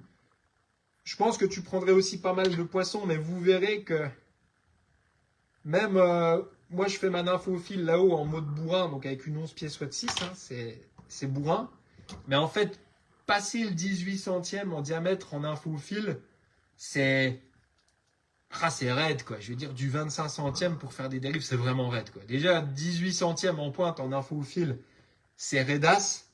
Mais 25 centièmes en pointe, t'as vraiment des dérives dégueulasses, quoi. Donc, je conseille pas de trop. Déjà, en 18 centièmes en pointe en infophile, c'est vraiment un truc de sagouin. Mais plus que ça, ouais, je conseillerais pas trop, quoi. C'est un bon 18 centièmes en pointe, voilà. Une nymphe en pointe, une nymphe en sauteuse, du visible, de l'orange spot, et puis roule ma poule, tu défonces les courants, et puis voilà. Alors sinon, ceux qui peuvent bien s'amuser sur Kaitoum, c'est au pompon. Moi, j'avais fait pêcher un copain au pompon. Donc, tu mets un énorme parachute, et puis une nymphe orange spot derrière, par exemple une PO3, une grosse pheasant tail avec une tête orange, et puis roule ma poule, tu baltringues ça là-dedans. Alors là, tu vois ton pompon qui coule. Donc, soit ils prennent le pompon en sèche, ou soit ils prennent la nymphe. Mais bon. Comme d'habitude, quand tu es dans le vice, la nymphophile te rapporte des poissons à gogo. Alors, pour les très bons pêcheurs à vue, comme moi, j'ai un tout petit peu réussi à pêcher à vue sur Kaitoum, j'imagine qu'un Cédric Nolin, qu'un Bertrand Jacquemin, un Somaré ou un Jacques Hirerig ou un Ricardo pourraient pêcher en nymphe à vue là-haut, puisque sur Kaitoum, si tu trouves des promontoires avec... si tu te sers des cailloux comme promontoire en fonction de la lumière, il y a certains radiers où tu peux voir les ombres à vue.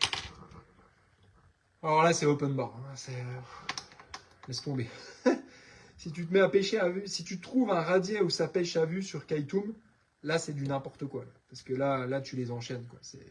Si tu as l'occasion de leur proposer des dérives en nymphe à vue propre et de voir les poissons, là, sur Kaitoum, tu fais un massacre. Quoi. Mais c'est des endroits fantastiques. Là, ceux qui sont allés, qui écouteront ça, si je vous dis Taïvec, ça va parler à pas mal de gens. Quoi. C'est un endroit du camp de Tuonajok avec des courants fantastiques. Donc, ceux qui sont allés là-haut, si je vous dis Taïvec, ça vous dira quelque chose. C'est des noms qui font rêver. Quoi. Quand tu entends Taïvec, là, ça te fait rêver. Hein. Tuonajok, Taïvec, quand tu es allé là-haut, ça te fait vraiment rêver. C'est des noms qui te font rêver. Voilà, qu'est-ce que je peux vous dire de plus? Eh ben, je crois qu'on a fait le tour. Hein.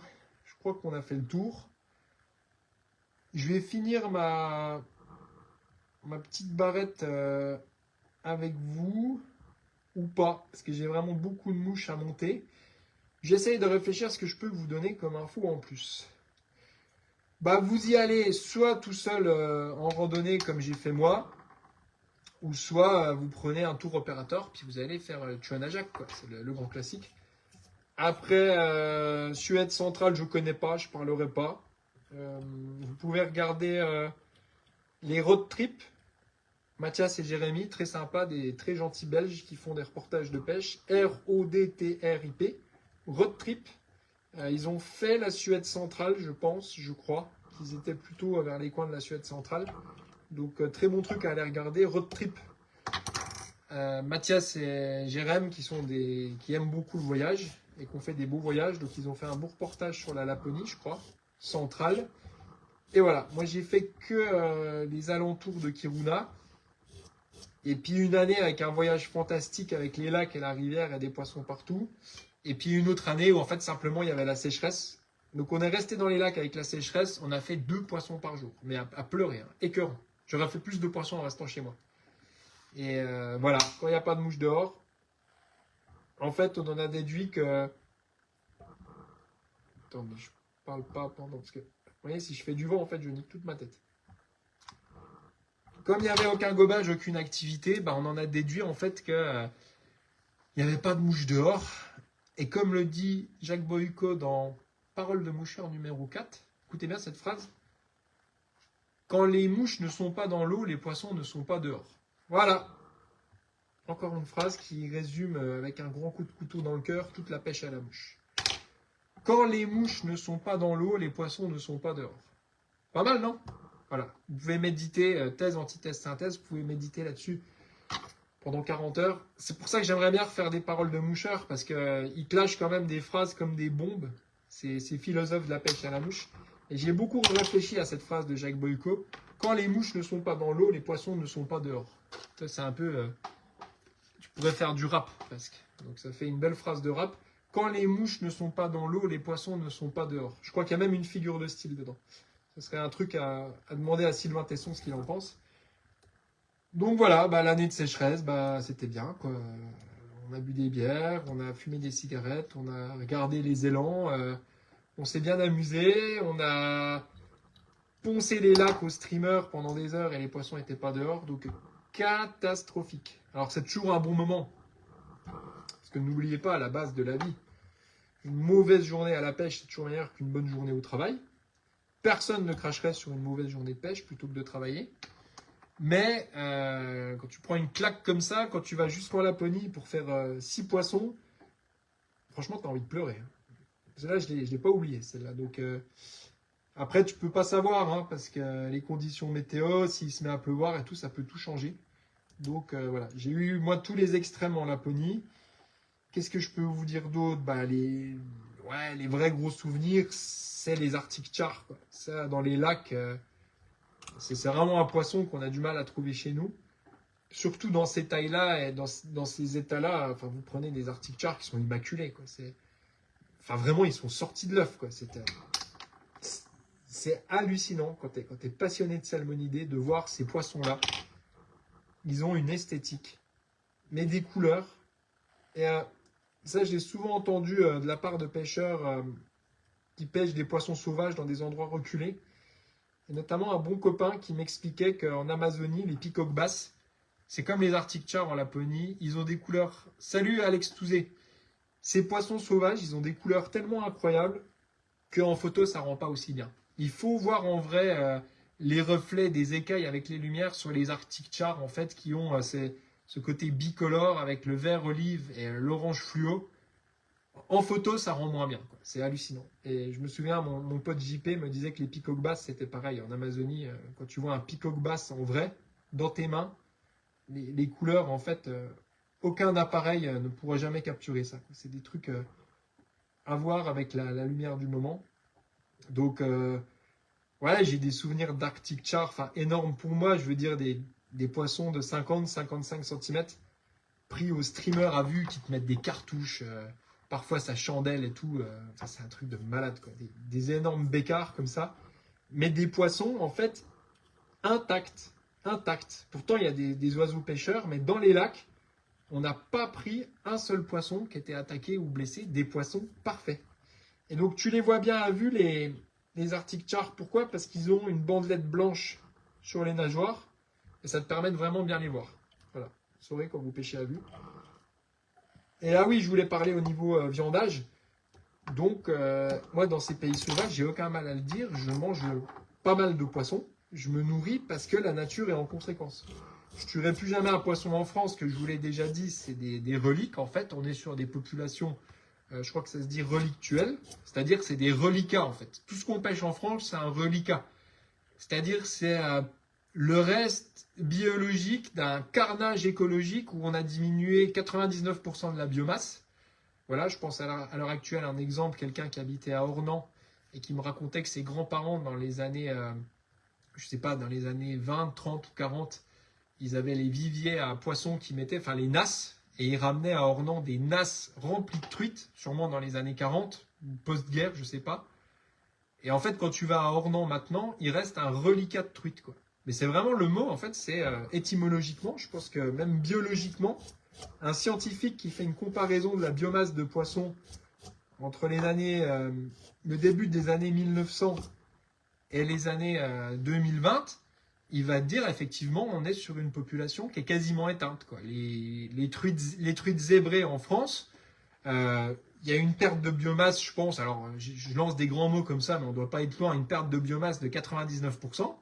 Et en fait, on est sur une population qui est quasiment éteinte. Donc on cite souvent à l'école, désolé je digresse un peu, mais ça va vous plaire je pense, on cite souvent à l'école les espèces éteintes comme le dodo. Bah oui, le dodo, ce fameux oiseau qui a existé, qui a été éteint à cause de l'homme. Ben en fait, on devrait faire de la truite zébrée un monument national parce que bientôt la truite zébrée va être éteinte. Les truites zébrées de la Sorgue, de la Vis, de la Loue ou du Doubs sont en fait des populations relictuelles. Voilà. Bon, ça vous fait rêver que vous et moi. Les préfets de nos régions et les fédés, quand on leur dit ça, ils disent « Ah, t'exagères quand même, il n'y a pas 99% de la biomasse de truites zébrées qui a disparu. » Si, si, si. Qu'est-ce que tu dis, Alex? Heureusement que dans certaines rivières de France, il y a toujours des bonnes densités de poissons, mais je crains que ça ne dure pas. Ah bah moi je suis cynique réaliste, hein. Par exemple sur la truite zébrée, ça devait être la truite zébrée de la Loue ou celle de la Sorgue, elle doit être dès demain protégée, je sais pas, en patrimoine mondial de l'UNESCO, quoi. Non mais là c'est, enfin, pour moi il n'y a même pas de discussion. Et après on va me dire ouais mais Stan, bouge-toi le cul, va contacter l'UNESCO et le préfet de ta région pour défendre les truites du Grand Est et inscrire la truite zébrée au patrimoine mondial de l'UNESCO. Toi, tu te plains tout le temps, tu fais tes mouches, tu fais rien. Mais comme d'habitude, dans le prix de ma carte de pêche, il devrait y avoir une commission qui déclare que, j'en sais rien moi, l'apron, la lamproie de rivière, la truite zébrée, eh ben, ça doit être inscrit au patrimoine mondial de l'UNESCO. Et toutes les rivières où il y a ces populations en voie d'extinction, comme la truite à bouche molle sur la Neretva en Bosnie, eh ben basta, on ferme la pêche et on fait plus. Donc désolé, je vous fais encore un coup de calgon là-dessus. Mais oui, la truite zébrée devrait être inscrite au patrimoine mondial de l'UNESCO comme une espèce en voie de danger. Et plus de pêche, plus de pollution là où il y a des truites zébrées. Voilà. Désolé, je m'emporte encore dans mes délires halieutiques. Donc voilà. La prochaine fois que je vois quelqu'un des fédés, je lui dirais bah, il faut mettre un pourcentage de la carte de pêche là où il y a des truites zébrées pour inscrire la truite zébrée en protection mondiale au patrimoine de l'UNESCO. Voilà. Je me suis emporté sur les truites zébrées parce qu'en fait oui en Laponie tu vois tellement de poissons en fait. Ce qui te fait mal au cœur quand tu vas dans ces pays style Laponie, Mongolie, Islande, c'est qu'en fait tu soupèses comment nous on a ruiné nos rivières, quoi. Mais tu te dis, on a vraiment des rivières, mais qui sont à 1% de leur potentiel, quoi. C'est un truc de dingue, quoi. Enfin, tu prends un classique comme la rivière d'Ain, tu vois, à Champagnole ou à Chazet, ou un classique là du nord-est, tu prends l'Albarine, à Tenay, enfin, vous croyez qu'il y a du poisson, mais le jour où tu as vu une rivière en Mongolie ou en Laponie, je peux te dire que des rivières comme la rivière d'Ain ou l'Albarine, mon gars, du poisson, il devrait y en avoir mais 5 fois plus, quoi. C'est des rivières qui devraient déborder de poissons, quoi. Parce que en Mongolie et en Laponie, bah, je vous le redis, et c'est vrai, et d'ailleurs ça a été confirmé dans les commentaires par Baptiste, et bah tu fais tes 100 poissons par jour. Voilà. Et moi, en fait, comme je paye 100 € par an de carte de pêche, je veux aussi des rivières où je fais 100 poissons par jour. Voilà. Et on va me dire, ouais, mais Stan, t'es un réactionnaire, ça marche pas comme ça. Dans la carte de pêche, il faut aussi prévoir ci et ça. Toi, tu veux juste payer et avoir un service derrière, mais il faut que tu t'investisses dans tes associations. Bah ouais, désolé. Je fais encore partie des gars qui veulent payer pour un service. Mais on m'a dit, non, Stan, la pêche à la mouche en France, c'est associatif. Donc il faut que tu payes et que tu t'investisses pour aller changer le monde. Voilà. Sauf que moi, ma vision que je défends, bah c'est non. Je paye pour un service et je veux prendre 100 poissons par jour. Mais ça, on n'a pas le droit de le dire. Voilà, voilà. Donc pour la Laponie, je vous ai fait le tour. Bah, vous allez faire une curée de poissons si vous allez là-haut. Enfin, vous allez vous gaver. Qu'est-ce que tu dis, Alex? C'est le cas sur la Dour, il reste quasi plus rien au niveau du no-kill de Tarbes. Ok. Ah oui, bah s'il n'y a plus rien sur un no-kill, là ça craint. Mais je fais mon réactionnaire, je fais mon petit personnage. Mais il reste plein d'endroits en France où il reste plein de poissons, notamment sur l'Albarine. J'ai assez d'écho il reste pas mal de poissons sur l'Albarine. Je vais pas faire le gars orgueilleux que tout est foutu, tout est mal géré. Non, non, non. Pour citer, il y a des gens qui se donnent beaucoup de mal sur la Bienne, en Haute-Savoie. Voilà, il y a des endroits où c'est très très bien géré. En Alsace, sur la Ture, voilà, pour n'en citer que quelques-uns, parce qu'il y a quand même des gars qui se donnent du mal et je leur tire mon chapeau parce qu'ils font vraiment du bon boulot. Et quand tu vas sur ces rivières-là, quand tu vas en Haute-Savoie sur le Fier, quand tu vas en Alsace sur la Ture, eh ben, c'est bien géré et tu prends du poisson. Alors je dis pas que c'est facile à faire, mais vous irez voir la Ture en Alsace, eh ben, il y a du poisson sur la Ture. Voilà. Donc je pense que j'ai fait le tour. Vous voyez, j'ai presque fini ma barrette en discutant. Alors, pas totalement, mais pour faire bien, je vais la finir. Allez, il m'en reste 3. Je fais les 3 avec vous. Et puis je vais couper là, parce qu'après, je vais quand même aller vernir tout ça. Après, il y aura un petit gamin à aller chercher à la crèche. Et puis, envoyer des commandes à la poste pour ceux qui ont des commandes en cours. Donc voilà, vous avez vu le tricot que je monte. Allez, pour finir, je vous refais un petit tutoriel. Donc, tu fixes ta bandelette de mousse. Mousse spéciale avec plein de bulles qui flottent bien. Tu tournes ta mousse correctement. Tu fais bien descendre ta mousse sur le cul de l'hameçon parce que le tricot, il doit être quand même bien allongé. Voilà. L'avantage de la mousse, c'est que tu peux casser à la main, comme vous avez vu. Donc, tu fais un premier sous-corps en mousse tournée pour qu'en fait, on ne voit pas l'hameçon en dessous. Vous voyez, gros détail. Guillaume Samu. Je pense que malheureusement, tout le système des droits de pêche doit être réorganisé, augmenter le prix des cartes. Ouais, je peux pas avoir plus parce que je dois cliquer et je dois tout casser, mais je te remercie Guillaume pour ton commentaire, ça me fait chaud au cœur. Mon idée, c'est pas d'être un punk ou un José Bové de la carte de pêche, mais c'est toujours une tristesse, et je te remercie de ton commentaire vis-à-vis du potentiel qu'on a en France, qu'on prenne aussi peu de poissons. Et en fait, à chaque fois, je fais mon réactionnaire comme ça, parce que ma pensée, elle va aux débutants. Je te remercie vraiment, Guillaume, de commenter et de m'aider à commenter. Ma pensée, elle va aux débutants qui commencent. Parce que nous, vous me regardez, vous êtes des pêcheurs chevronnés, voilà, tu arrives toujours à faire un poisson, et puis tu prends du plaisir au bord de l'eau. Mais les débutants qui commencent, je ne sais pas quel genre de niveau stratosphérique il leur faut pour prendre un poisson à la mouche, quoi. Que ce soit en nymphe ou en sèche, la vraie épreuve du feu, c'est ça, quoi. C'est pas nous les passionnés, là, les cramés de pêche en nymphe, en sèche, à vue, au fil, on connaît notre affaire. Ça fait 10 ans qu'on pêche, on arrive à faire à peu près ce qu'on veut. Mais un débutant en 2024, moi je me demande toujours, mais laisse tomber, quoi. S'il prend un poisson en France sur sa journée de pêche, il est trop content, quoi. C'est toujours ça que je me demande. Mais non, merci Guillaume. Ouais, tout le système doit être réorganisé, mais si tu veux, comme on est sur de l'associatif en France, et moi c'est souvent là-dessus qu'on me rentre dans l'art, et je tends les perches pour ça, hein. Enfin je donne le bâton pour me faire battre, parce que moi je parle d'un système capitalistique, malheureusement ce qui dirige le monde comme aux USA, comme en Autriche, bah, en gros plus tu payes cher, plus tu prends de poissons, et ça en France c'est interdit de parler de ça, parce qu'on a tout basé sur un système associatif. Donc je suis d'accord avec toi Guillaume Samu, il faudrait refondre tout le système. Mais après, moi je fais que parler, moi je fais mon boulot d'entrepreneur dans la mouche, et les gens des fédés, ils m'attaquent parce qu'ils me disent, toi tu fais rien.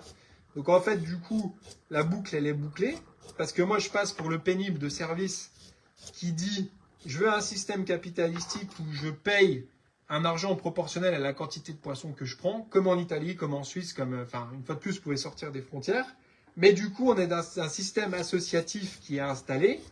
Et si tu changes tout ce système associatif, c'est tout un système qui s'effondre.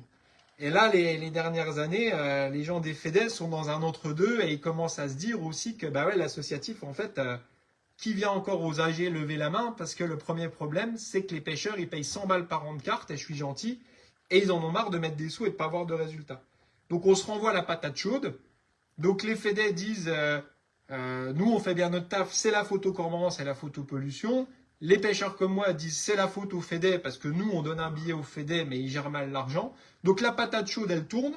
On s'excuse un peu tous derrière le réchauffement climatique et les cormorans. On mange tous les parts du gâteau. Voilà. Bon, on accepte en tant que Français, on baisse nos quantités de poissons. Bon, allez, je vais encore en prendre un peu moins de poissons. Mon parcours, il est un peu plus pratiqué. On s'en va en Espagne, on s'en va en Bosnie. Et comme on se renvoie la patate chaude et comme ni les fédés ni moi, bah, on fait rien pour nos rivières, parce qu'en fait peut-être il y a trop de population et il y a trop de pollution et trop de réchauffement climatique et peut-être qu'en fait même les fédés n'y peuvent rien, bah, on est dans un marasme incroyable. Et paradoxalement à ça, moi je vois mes ventes augmenter et mon entreprise augmenter parce que j'ai l'impression qu'il y a une augmentation des moucheurs. Alors voilà, je sais pas, je ferai peut-être un débat un jour là-dessus, mais moi personnellement, je vois une augmentation du nombre de moucheurs au bord de l'eau et dans mon business. Alors peut-être que je me trompe, mais je vois de plus en plus de gens qui se sensibilisent écologiquement et qui glissent vers la pêche à la mouche, mais ils sont face à des milieux où ouais, ils sont ultra passionnés, quoi. Ils vont poster 3 heures sur une bordure pour voir une truite. Pour 100 balles par an, ça fait cher payer, quoi. Tu traverses la frontière, enfin tu vas en Espagne comme tout le monde, hein, on va pas se cacher, tu vas dans le Léon ou en Catalogne, là, tu en as pour ton argent. Donc, le même débat. Mais moi, en fait, je donne le bâton pour me faire battre parce que tout le monde me ferme ma gueule en disant Stan, ferme ta gueule, tout ce que tu dis, ça vaut rien. Le système, il est associatif. Tu dois aller œuvrer dans ton association. Tu dois payer ta carte de pêche et amener ta collaboration associative. Voilà. Si tu n'es pas capable de faire ça, bah, tu n'es pas dans le système. Donc, tais-toi et arrête de te plaindre. Voilà. Donc, bah moi, ça me va, je vous dis, je transfère sur le barbeau. Je connais des coins, ça fait 10 ans que je pêche, j'arrive à prendre quelques poissons. Mais je vois des clients débutants avec qui je parle, ils en chient des ronds de chapeau parce qu'en 2024, c'est compliqué, quoi. Donc voilà les petites interludes, on va dire, réactionnaires à la fin du live. Par contre, ça m'a donné envie de faire un live sur les ombres. Donc, qu'est-ce que tu dis, Guillaume, Samu? Tu as raison, c'est très compliqué pour les débutants. Bah ouais, parce que même si tu prends des raccourcis pour aller pêcher en infophile, un débutant, bah c'est pas non plus donné, quoi. Moi, je traite tous les jours avec des gens qui veulent apprendre la pêche en infophile. Faut quand même une bonne approche, faut pas marcher sur les truites, faut avoir compris les lestages, faut pas pêcher avec des gros nylons. Tu dis quoi, Steven? Lièvre à servir des bières et des cartes frites. Oui, bah après, ça, ce qui se passe dans la vie des assos, ouais, ça, c'est encore autre chose. Et la gestion de l'argent. Sûrement qu'Alice Lucet, un jour... Enfin, j'en fais tellement une blague de ce truc de cash investigation à la FNPF. Méfiez-vous. Je connais quelqu'un qui, pour le coup, a pas fait une blague et il a envoyé la candidature pour faire un cash investigation sur la pêche en France. Et j'ai de plus en plus de gens qui sont plus sérieux que moi et qui me disent ouais, on rêverait de voir un cash investigation sur la FNPF. Donc, bon, j'en fais une blague, c'est devenu un peu mon étendard. Je vais arrêter d'en faire une blague parce que ça va devenir réalité. Mais Guillaume, je suis d'accord avec toi. Pour les débutants, bah moi je prends le chemin facile une fois de plus parce que les débutants, je les mets direct en info au fil. Et moi je suis très direct, très lucide, très cynique en mode si tu débutes en sèche, ça risque d'être compliqué. Donc passe en info au fil. Et donc il grille les étapes du lancer, tout ça, ce qui n'est pas forcément bien. Mais si tu es amoureux de nature et que tu veux prendre un ombre ou une belle truite sur une canne à mouche, eh ben, la pêche au fil, c'est le raccourci facile, quoi, de ce point de vue-là. Et puis, comme c'est de plus en plus dur pour les débutants, bah, y a une explosion de la pêche dans les réservoirs. Alors moi, je l'ai vu, parce que j'ai fait pas mal le tour des réservoirs. Et je peux prendre l'exemple de chez moi, à Saucourt, dans les Vosges. Le réservoir de Saucourt, c'est une réussite économique incroyable qui est liée à la dégradation des rivières. Il faut quand même savoir sur l'étude de cas du réservoir de Saucourt, donc 88 dans les Vosges, que c'est un réservoir qui est à 500 mètres à vol d'oiseau d'une des plus belles rivières de France qui s'appelle la Moyenne Moselle. À Saucourt, il y a la Moyenne Moselle qui passe. Et normalement, ce qui devrait attirer les gens à Saucourt, c'est pas les truites arc-en-ciel de bassine, c'est les ombres de la Moselle, qui est une rivière sauvage fantastique. Et du coup, la Moselle, il y a quasiment plus d'ombre dedans.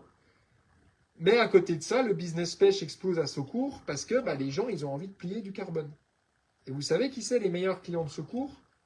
C'est nos amis belges, qui ont quand même globalement, disons, une économie un peu plus florissante que la nôtre, parce qu'ils ont un pays peut-être qui est moins gros à gérer.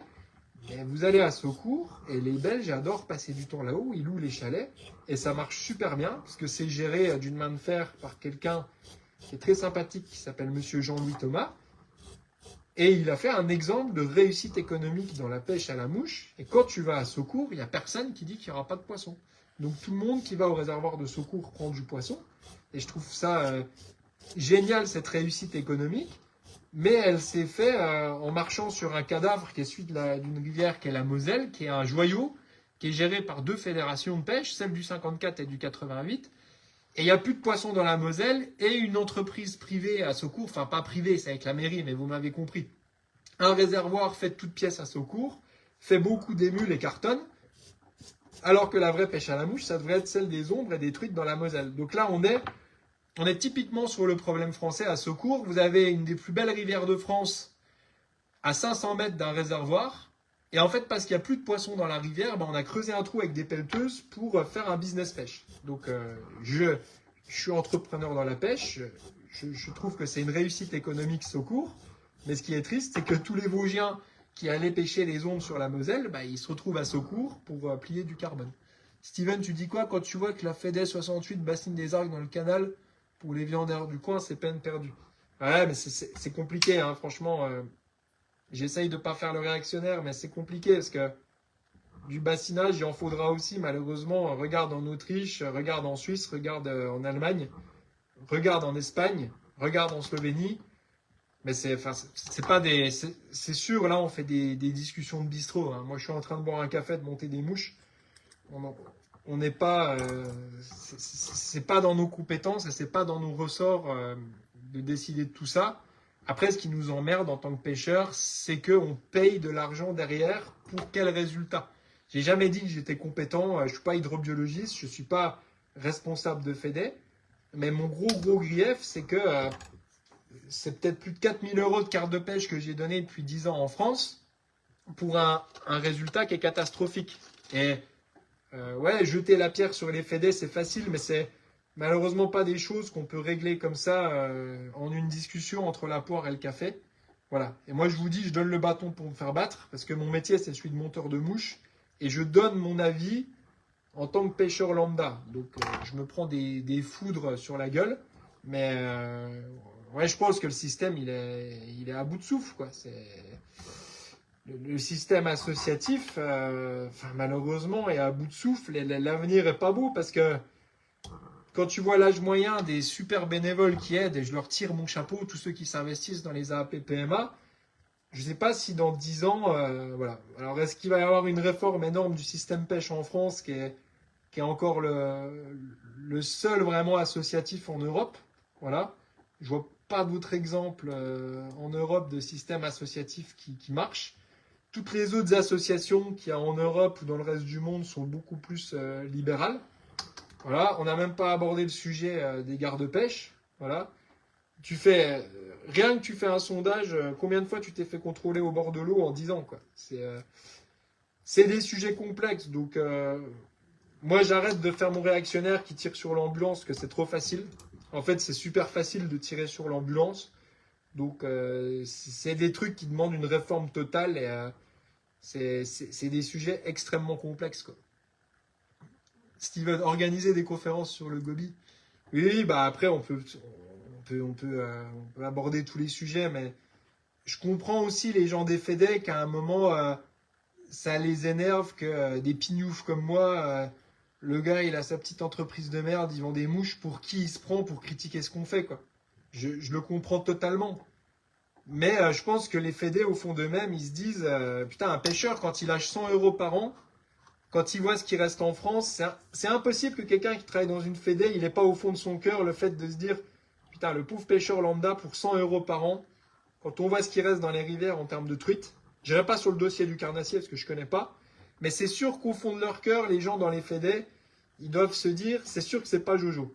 Je dis pas que c'est eux les coupables, mais au moins le grief des pêcheurs qui disent, c'est pas qu'on paye les cartes trop cher, c'est pas ça, c'est qu'on paye un prix qui n'est pas en corrélation avec ce qu'on prend comme poisson. Donc voilà. Mais j'arrête un peu de faire mon réactionnaire sur les fédés parce qu'on le fait tous et c'est vraiment le truc plus facile. Faut être constructif, mais comment tu vas être constructif quand tu vas lever la main dans une APPMA? C'est ça qu'on te dit de faire pour être constructif, mais au fond de toi-même, tu sais bien que c'est pas ça qui va faire revenir les poissons dans les rivières, parce que tous ceux qui m'écoutent ont un métier et tu peux pas dédier 60 heures semaine pour sauver tes rivières, parce qu'à un moment il faut que ce soit professionnel, quoi. C'est ça un peu le problème. Voilà, allez, dernier tricot.